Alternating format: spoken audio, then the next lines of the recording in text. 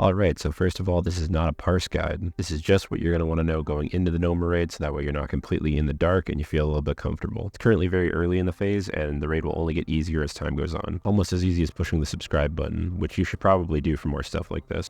So the talents we're going to want to respec to the Simonized Developed Assassination 2605 spec. This spec leaves behind great things in combat like improved backstab and dual wield spec for more rotationally beneficial talents like Relentless Strikes and Ruthlessness, but more importantly getting 5 out of 5 Vile and improved poisons. Because our poisons now scale with our attack power from the Deadly Brew rune, they hit really hard, and this setup maximizes that damage. Later on in the phase, cooldowns or cleave in the combat tree might find some use, but for now we're just not going to worry about that. And instead we just want to keep up Slice and Dice and then dump Envenoms at 4 or 5 combo points. Horde players need to grab a quest from Ogremar before going to Booty Bay, so Scooty will activate the teleporter for you to get to the raid. You cannot share this, so mention it very early in your raid so you're not waiting 20 minutes for that one guy to run back for it. Here is a map of the inside of Gnomeregan with the last bosses 5 and 6 both being in the last boss room. I am showing you this because even if you think you know Gnomer on the inside, the raid is weird and different and has a lot of the stuff walled off. This is the route that you're going to have to take to do it. Normally you can make your own way through here with the corridors and the backdoor entrance, but all this stuff is sectioned off with electronic gates now, so it's a very linear path now, and your tank and your group might not know it. When you do actually make it into the raid, you can start clearing Trog trash to the Grubbus hallway. The first 4 bosses are pretty easy, and if you wipe to them once, you probably won't wipe to them again. Grubbus is just like the old Gnomer version. You have to do the event with the gnome blowing up the rocks, so then the ads come out, but these ones have very little health. When the gas cloud spawns, you're going to want to put the ads in there to destroy both of them. This is just practice and showing you the mechanic for the boss where the same thing happens. This is pretty much entirely on the tanks though. Let your tank pick up Grubbus and just DPS him normally. There will be some movement, so just focus on maintaining uptime on the boss. He'll also fart at some point, and so you'll want to rotate around and not be directly behind him. This is a DPS race and the raid takes a lot of constant nature damage, so use nature protection potion if you get low and just burn down the boss. You could also use like a health stone or health pot, but just try and survive. When you leave Grubbus room, continue down the hallway until you get to the room that leads down the stairs to the clean zone.